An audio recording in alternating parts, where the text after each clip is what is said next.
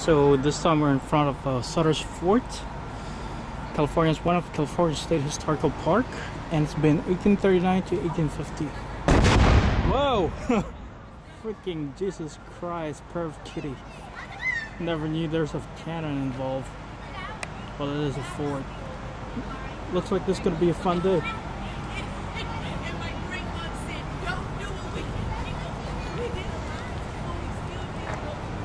Just clearly see the smoke coming out from this area.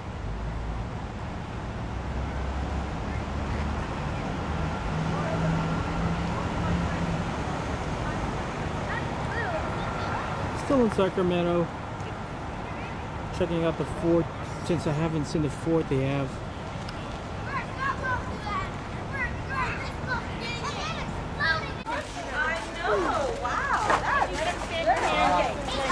It shook me.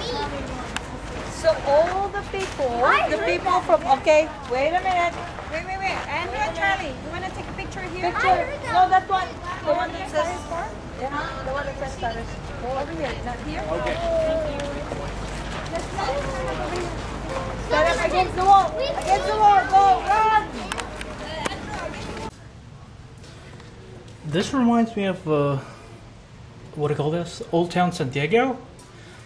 I recently went there and basically I filmed the entire place, but sad to say, when I've tried to edit my computer, every file get deleted since there's a virus, and I think the video card crashed, so everything I did in San Diego was deleted, like my entire trip, except for La Jolla. And speaking of La Jolla, I think I've seen Brent Everett, or look-alike, working in one of the hotels. Who knows? It might be him, it might not be him. But yeah, now we're inside the Fort Sutter, and it's quite big and beautiful. It's like going back in time. Earlier they were doing a demo, but I guess I missed it. I wasn't sure of the schedule they have, so that's about it.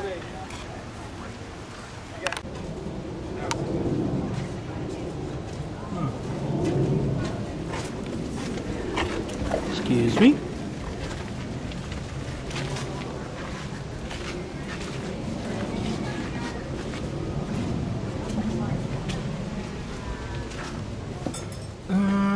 A broken gun is of no use to its owner.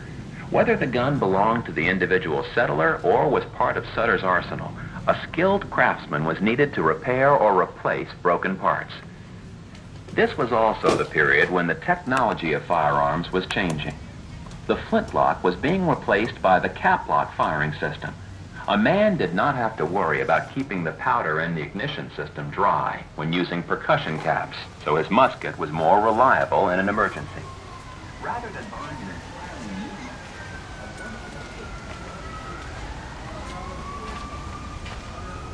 a map of Sutter's Fort, drawn about 1846, shows 9 rooms set aside as private living quarters.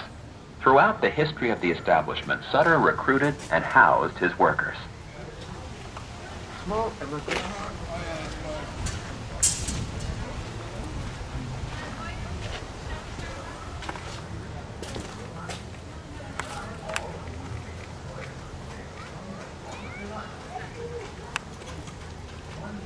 So the cool thing about this fort, it's bigger now. It's automatic by a machine. So certain parts of the area, there's a machine that's going to be starting up, telling and describing what the fort is all about in certain sections and details. Grandpa's house? No, I don't think it's at Grandpa's house. I think it's at home in our house. Two different ones? Hey, did you see This this? looks so weird. Look at it. See, look, Phoenix. It's fake gold. Gold. Daniel Boone is What's awesome. that? It's found him in the book. It is a wolf. But Almost everything you see at Sutter's Fort was created by a craftsman working with wood. Doors and windows, gates and roofs were made by carpenters. Tables and chairs, beds and cupboards, shelves and gun racks were made by cabinet makers. Many of the cooking utensils were wooden. Roofs were covered with split wooden shakes. Cannon sat on wooden carriages, which rested on wooden platforms. Even the adobe bricks that formed the walls were made using wooden molds. The men who worked with wood were called sawyers, framers, joiners, and woodworkers. Some specialized in locating and installing timbers, and some in building. Others specialized in making wheels and wagons. All of them understood wood, its hardness, toughness, grain, and resistance to rot, warp. Yeah, definitely. I would recommend this place. If you guys want to visit, come down to Sacramento and check this place out.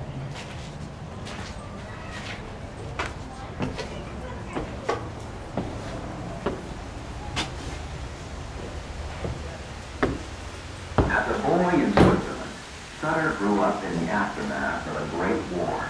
Napoleon, the French emperor, had attempted to conquer all of Europe. Each nation had been either his ally or his enemy. This went on for years and years.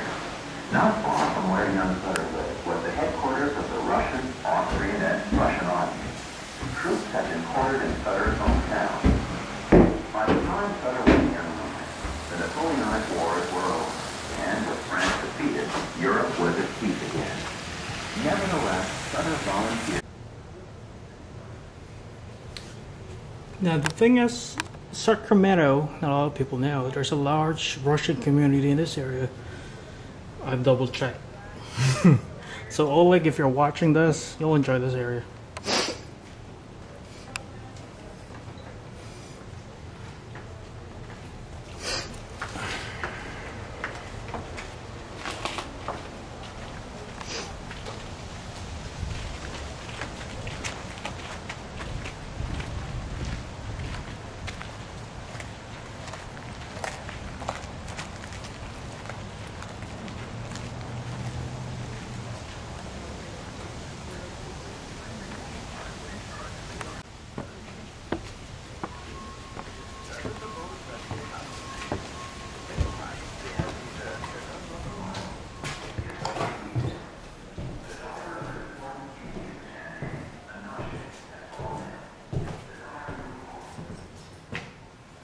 Sutter's private office was the central command post of his operation. From here, Sutter launched the industrial and agricultural efforts which employed so many people. It was probably also in this room that Sutter discharged his duties as a Mexican official. Sutter swore allegiance to the Mexican nation, received his land grant, and promised to faithfully uphold the laws of colonization. Sutter received the civil authority necessary for the local administration of justice.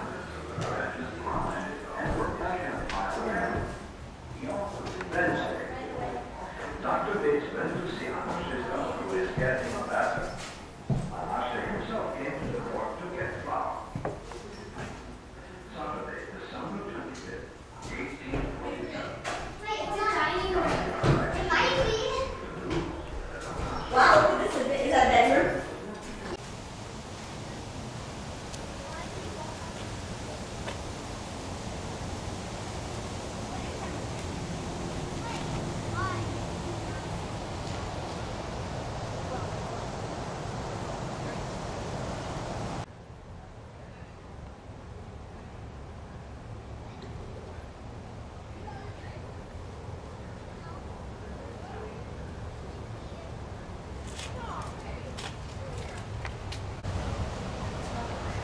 It's like the vintage oven they had back in the day.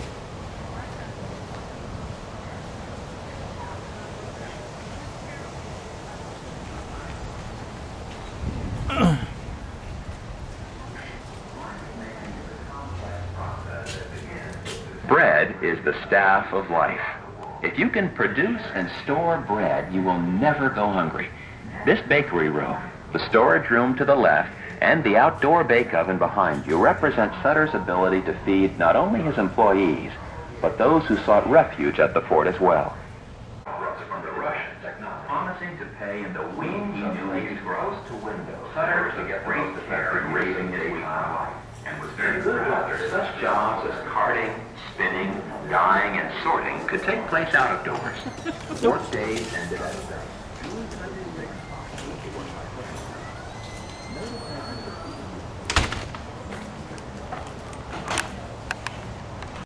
Americans left the United States and headed for a new life in Mexican California for a number of reasons.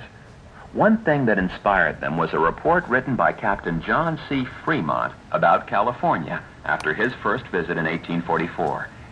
He described a country of mild weather, good soil, and uncrowded land. Many Americans read the report and were encouraged to make the trip. An economic depression at its worst in the mid-1840s drove other Americans westward. The overland trip to California by wagon train was not an easy undertaking. The journey, which took approximately...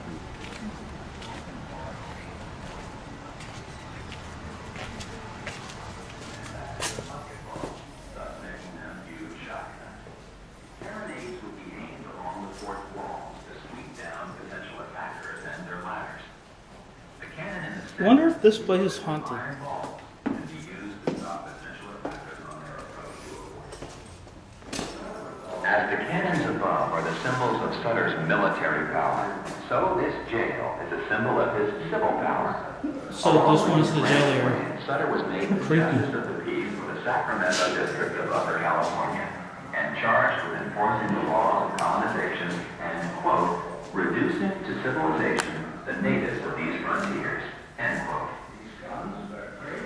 From the Mexican government, I received the high civil office of representative of the government of the Northern Frontier. Just a small amount with me from Hawaii. 6 larger guns I purchased from the captain of the Italian vessel.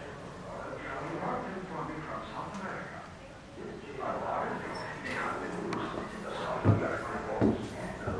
Other guns I bought from different vessels.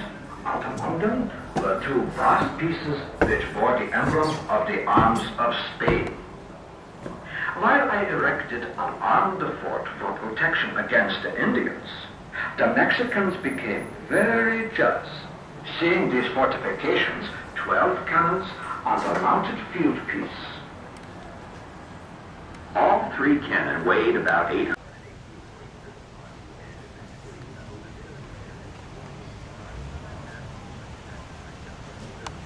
That's the mural for John Sutter.